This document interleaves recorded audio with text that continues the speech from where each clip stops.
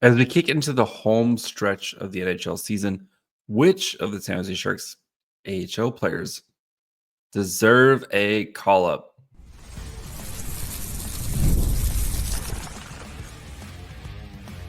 You're Locked On Sharks, your daily podcast on the San Jose Sharks, part of the Locked On Podcast Network, your team every day. Hello, welcome to Locked On Sharks, the premier hockey podcast covering your favorite team in the Bay Area. My name is JD Young, caretaker at The Reef, also the co-host of Locked On NHL. I want to thank you for making the Locked On Sharks your first listen, probably part of the Locked On Network. We cover your team every day. If you want to be an everyday, all you have to do is just follow wherever you get podcasts, or you can watch on YouTube as well. And today we're going to be looking at which San Jose Barracuda players the most deserving of a call-up up to the NHL. So we'll talk about Thomas Bordeleau, Danil Gushchin, Filip Bystedt, and Luca Cagnoni, and kind of look at how each of these players deserves at least a chance to play some NHL games this season. So before we do all that, do want to let you guys know today's episode is brought to you by FanDuel. Right now, new customers can get $150 in bonus bets if your first $5 bet wins. All right, we're getting to that time of the season, right, where players are going to be traded away. The roster is going to definitely be in flux every day. And I know the Sharks are going to have a bunch of guys coming back healthy here. The hope is after the Four Nations break. You think of guys like Kovalenko, Sturm, Wenberg. They're going to have plenty of guys coming back here after the Four Nations break. But that doesn't mean you still can't take a look at some of your prospects and which guys are the most kind of deserving to get a chance to see what they've learned this season in the AHL. And for this exercise, I'm excluding guys who have played kind of good chunks this season or have played recently. So like Colin Graf, right? I think Colin Graf is, should be one of the first ones to be brought back up, because I think he's kind of entering that AHL, NHL tweener where he's maybe getting a little bit too good for the AHL, but not quite NHL ready, which is fine. I think he's going to be a full-time NHLer next year. Cool. Jack Thompson, who's played a bunch in the NHL this season. Like, I'm not looking at guys like that. I'm looking at guys like, Thomas Bordeleau, who has not played an NHL game this season, or Gushchin, who had a really terrible start in this NHL, but has played really well in the AHL, or Filip Bystedt, Luca Cagnoni, are those guys at least ready to make their NHL debuts. So, like Ethan Cardwell or something. Like, I'm not focusing on those guys. I'm trying to focus on some of the other guys, and some of these guys do have some questions, kind of with their long-term future. It's definitely guys like Bordeleau and Gushchin, as the Sharks, are going to have to start to make some decisions on some of these guys here. So let us start with Thomas Bordeleau, who has really quietly put together a really nice campaign down with the Barracuda. Remember, he got hurt in training camp, missed a basically all of training camp, the first month or so of the season, and started the season with the Barracuda this year. And, he was expected to kind of compete for a roster spot this year. And, he didn't make his debut until, this October 25th. So he, missed the first good chunk of the season. And he definitely took some time to kind of get his kind of feet under him. He didn't score his first goal, or he didn't even get his first point until November 13th, which was, a good 6 or 7 games into the season. But you look right around the holidays, or even actually once the calendar kind of turns to December, Bordeleau has quietly been one of the more consistent producers. And I'm recording this before Sunday's game, so he is expected to be back Sunday night. I know he got suspended. He got a cross-check on the 12th. He cross-checked somebody on February 12th. Got suspended for Saturday night's game. So yes, I know that's in there, but he has been very quietly just kind of 1 or 2 points a night, et cetera, et cetera. And the production's good, right? You always want production, and Thomas Bordeleau is going to have to if he's going to stick around in the NHL, scoring and being productive is going to have to be one of the calling cards for him. But I think, though, for Bordeleau is you continue to see growth and development in all three areas of the ice, which is good, right? Bordeleau, again, never going to be like a shutdown, sulky, like that's not his game. His game is creating offense, driving offense, like creating, driving, like offense, doing things in the offensive zone. And it's always for Bordeleau has been, can you try in the defensive zone? Can you back check? Can you do all the little things that make you a professional? Right. And that's always kind of been the question for Bordeleau, especially since making the jump from University of Michigan into professional hockey. And I think you've seen way more of that from Thomas Bordeleau this year.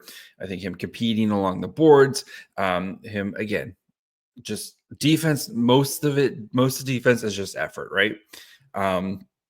Yes, be in the right spot, the right time, and reading plays and stuff like yes, that's very important. But most of it's just trying hard and just giving a good effort. And I think you're seeing more of that with Thomas Bordeleau this year, which is again, like if you could just try hard every time you're in the defensive zone, you're going to be okay most of the time. So we are seeing that, and we're seeing the marriage between the two, right? How many times do we see where a guy's like, hey, I'm going to focus on playing defense, right?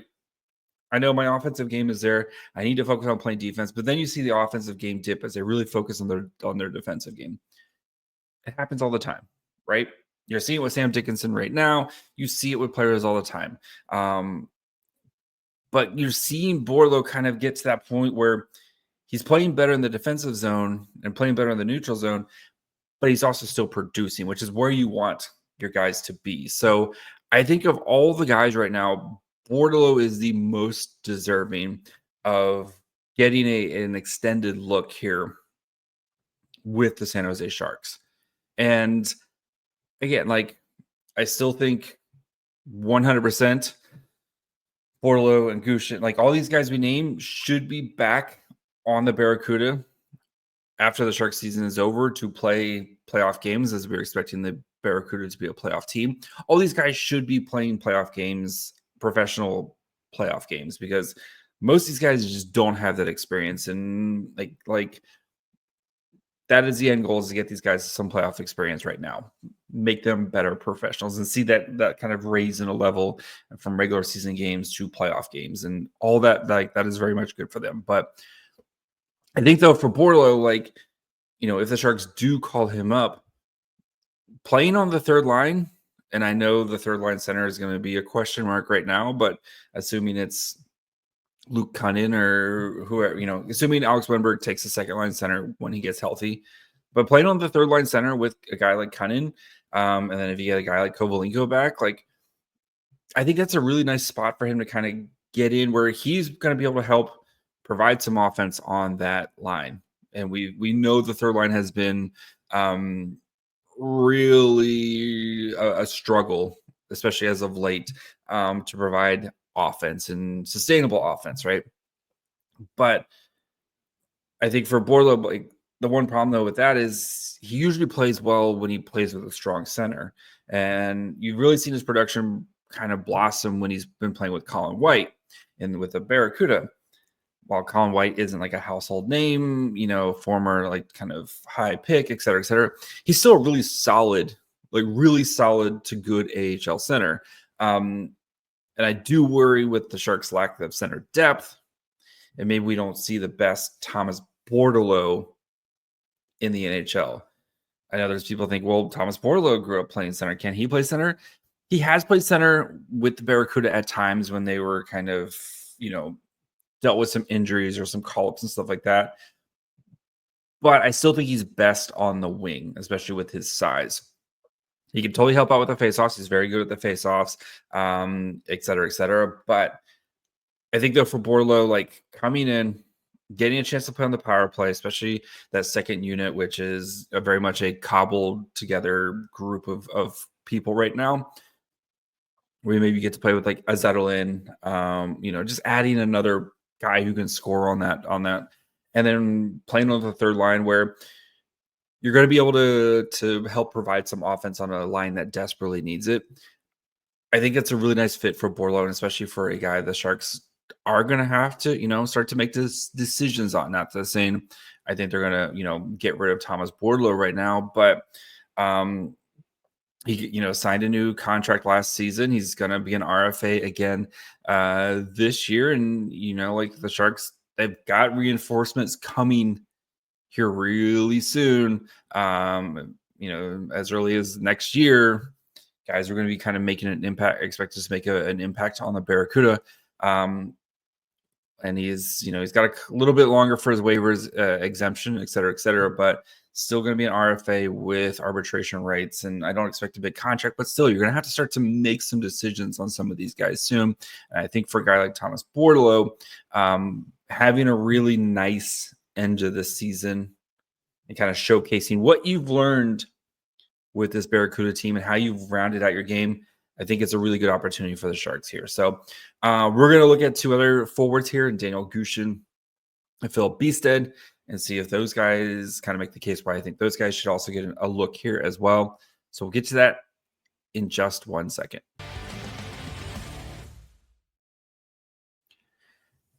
When the game tips off, the NBA action is just getting started, and there's no better place to get in on it than FanDuel, America's #1 sportsbook. With FanDuel, you can place live bets throughout the game, so even if you miss the opening tip-off or just want to bet on a fourth quarter comeback, you can stay in the action. If you're looking for a bigger payout, you can even combine your live bets into a same-game parlay. I love watching Steph Curry play. There's nothing better in the NBA when Steph Curry's on a heater. You get the Curry flurry, and if you want to watch Steph Curry do cool Steph Curry things and also make some money on Steph Curry doing cool Steph Curry things, FanDuel is a place to do it. The app is super easy to use, and when you win, you get paid instantly. Right now, new customers can get $150 in bonus bets if your first $5 bet wins. Just visit FanDuel.com to join today. That's FanDuel.com at your shop for $150 in bonus bets.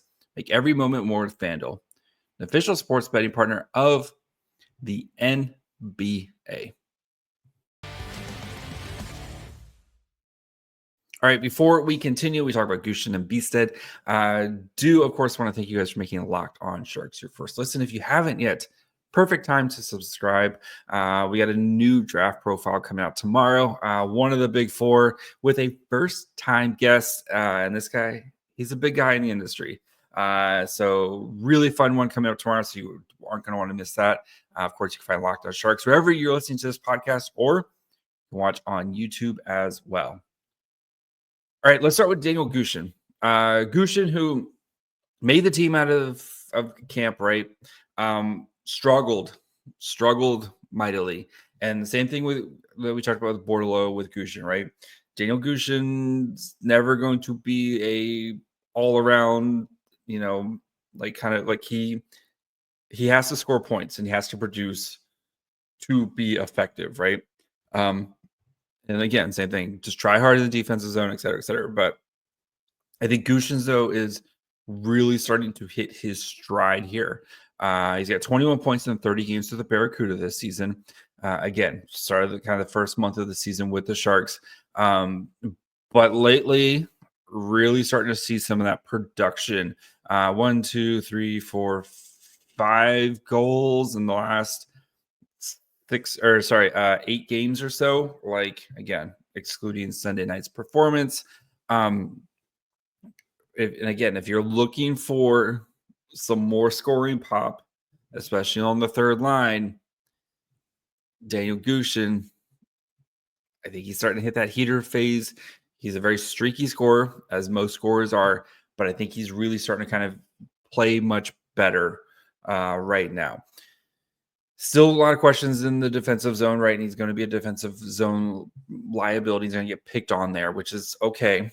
And that's where I think having the right line mates with him. And if you want to maybe put him on a second line if it's a lot of work for Wenberg, but if you had like a Gushchin, Wenberg Smith line, That's a lot of babysitting for Wenberg.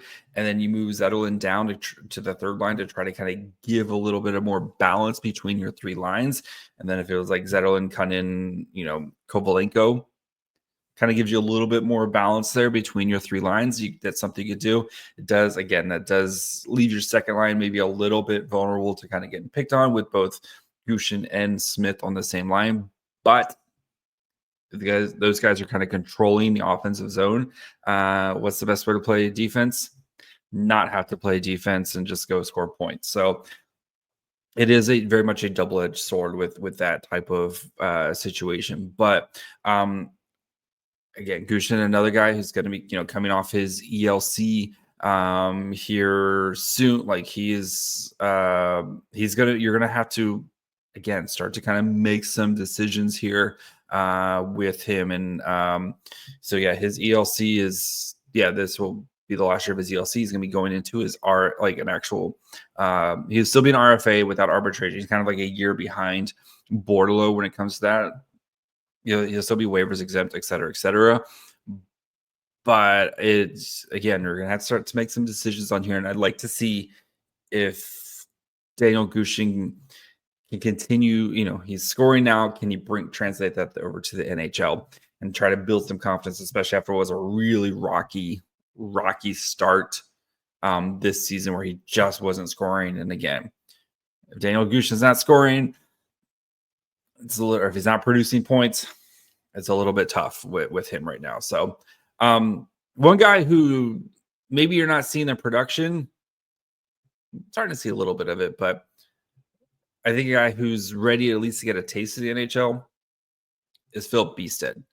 Of course, the Mike Greer's first pick as a general manager, traded back in the 2022 draft, got Filip Bystedt. Bystedt, right, when he came over last year, got a taste of North American hockey, came out like gangbusters, scoring points. I think he had, if I recall, like 8 points in 10 games or something ridiculous like that.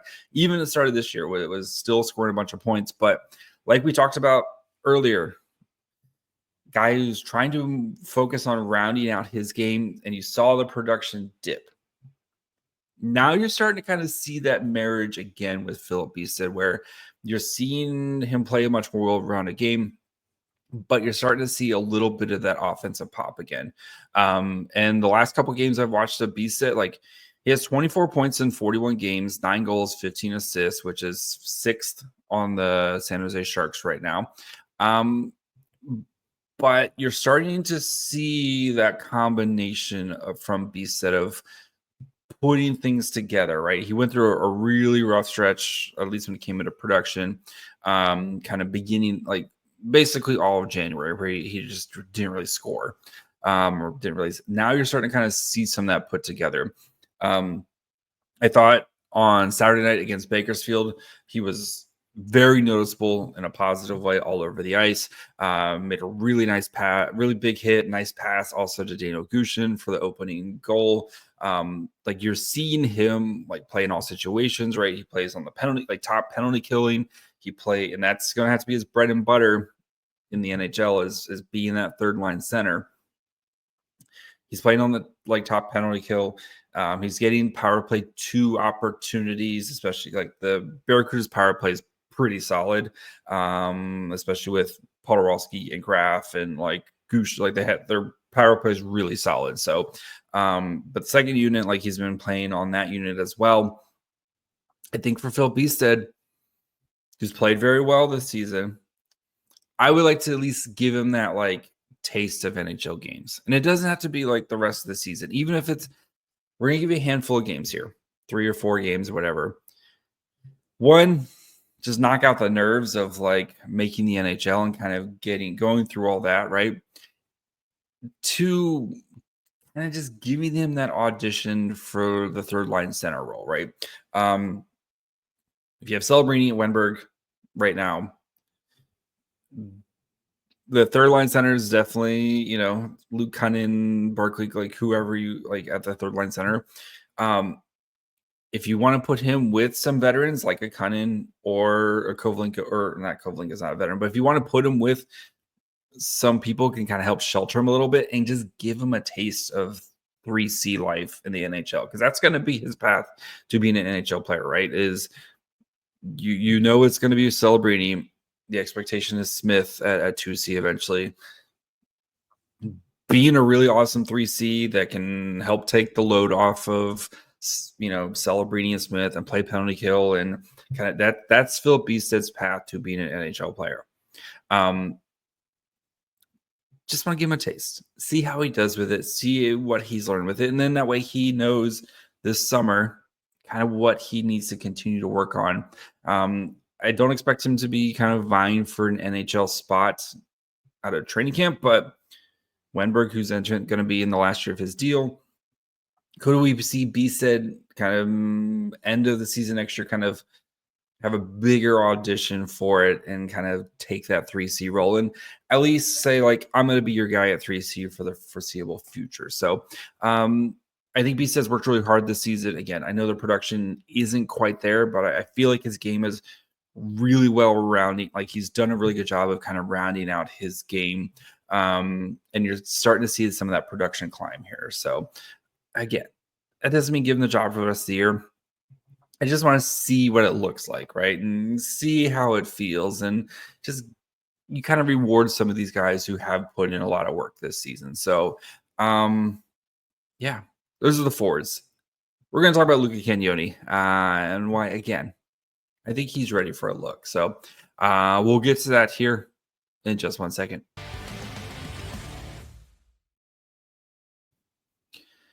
In sports, having a winning strategy is everything. It's how the best teams make it to the Super Bowl, the World Series, and the Olympics. And the same goes for life. Having a strategy like life insurance from SelectQuote can protect your financial legacy and keep your family's future secure. SelectQuote makes it easy to find the perfect life insurance policy. As one of America's leading insurance brokers with nearly 40 years of experience, they've helped over 2 million customers find $700 billion in coverage since 1985. And what sets SelectQuote apart is their personal touch. Like other brokers that offer one-size-fits-all policies, their licensed agents tailor coverage to fit your unique needs. If you're in good health, you might even qualify for a same-day coverage up to $5 million. No medical exam required. It's more affordable than you think. You get up to $1 million in coverage for as little as $20 a month. Get the right life insurance for you for less at selectquote.com/LockedOnNHL. Just go to selectquote.com/LockedOnNHL today to get started. That's selectquote.com/LockedOnNHL. SelectQuote. They shop, you save. All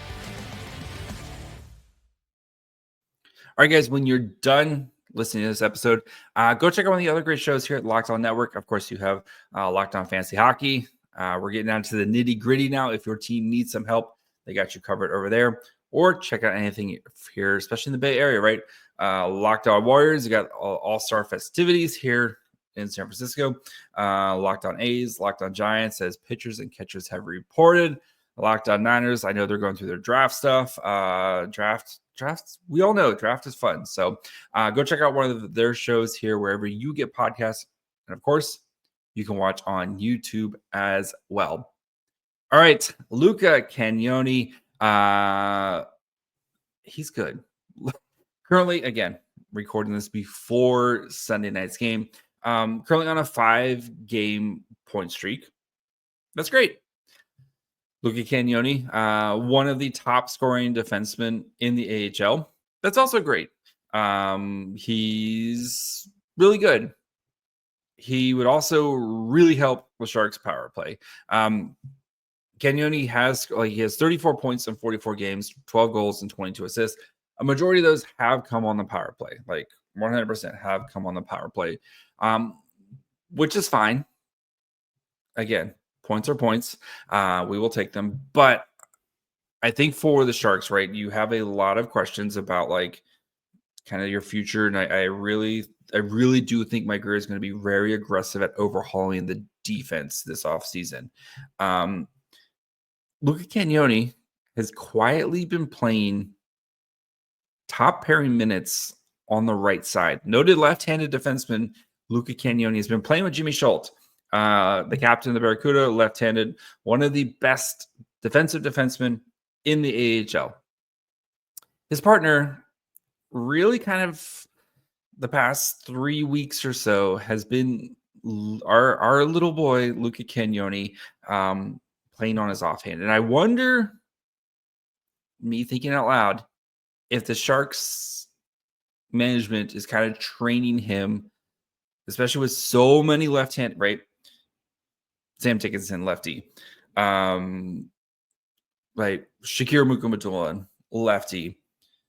Future Shark Matthew Schaefer, fingers crossed, lefty. A lot of left-handed defensemen in the pipeline, right? And anytime you talk about the defense for the Sharks, it's they have a bajillion left-handed, right? Jake Warwin, left-handed. Like they have a bajillion left-handed defensemen. Luca Cagnoni's been playing pretty well on his right offhand. And I think Cagnoni, who again, 5'9", not the biggest dude in the world. The dude plays hard. He's solid defensively. I think he's learned a lot this season. Does it mean like Cagnoni just lock him into an NHL spot right now? No. But just like we talked about with Bystedt, right? Where Cagnoni's probably going to be vying for an NHL job at some probably mid next year. Why not reward the kid who's had one of the best rookie seasons we've seen in a long time? Let him get a taste. Just that, again, get the pomp and circumstance out of the way. Let him get a taste of NHL action. That way he, again, knows this offseason, this is what I got to work on if I want to be in the NHL full-time next year. Like, I fully expect Cagnoni to be a huge part of what's hopefully a deep playoff run for the Barracuda. But, like, the dude provides offense, and especially on a power play that has had some issues at the defensive spot, right?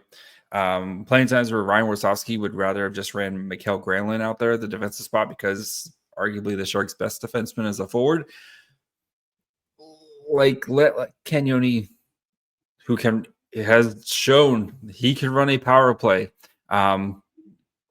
Again, the specialty, like the Barracuda special teams, very good. They are currently first in the Pacific at 22.9% power play. And if you look at the entire league, they are fourth overall. There's the fourth best power play unit in the AHL with Luca Cagnoni quarterbacking that. Cagnoni, Smith, Celebrini, Eklund, and Tyler Toffoli. It's the splinter with the four turtles, like as children. That would be the power play with poor Tyler Toffoli out there.